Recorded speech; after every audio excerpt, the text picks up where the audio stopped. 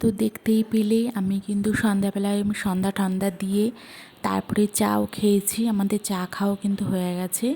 চা ঠা খেয়ে এখানটায় যে দুপুরবেলায় কিছু সকালবেলায় কিছু জামা কাপড় কেচেছিলাম, তো সেগুলোকে ভাঁজ করে নিচ্ছি।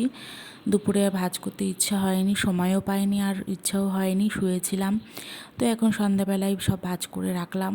তারপরে এই যে এখানটায় কালকের মানে পরের দিনের সবজি কেটে রাখলাম, লতি। কারণ লতিটা এমন জিনিস না, আগের দিন না কেটে রাখলে হয় না, কিছু কিছু জিনিস আছে।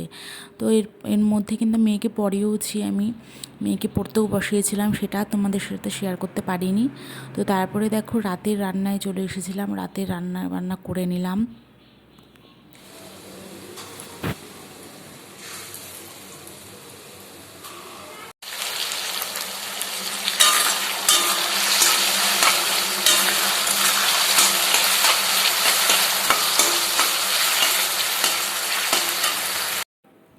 তো রাতের খাওয়া দাওয়া সেরে চলে এসেছি রান্নাঘরে।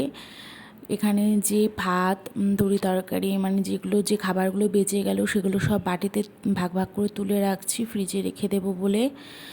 দিয়ে রান্নাঘরটাকে ক্লিন করে নেব আমি, যা যা ধোয়া মোছার আছে সেগুলো সব ধোয়া মোছা করে একদম রান্নাঘরটা পরিষ্কার করে নেব। করে নিয়ে তারপরে যে রাতে কাজ আমার ফেস ওয়াশ করা, সারাদিনে আর সময় পাই না, ওই একটা বারই দিই রাতে শোয়ার আগে। তো সেটাই করে নিচ্ছি, করে এখন আর কোনো কাজ নেই, এখন বিছানা করব, শুয়ে পড়ব।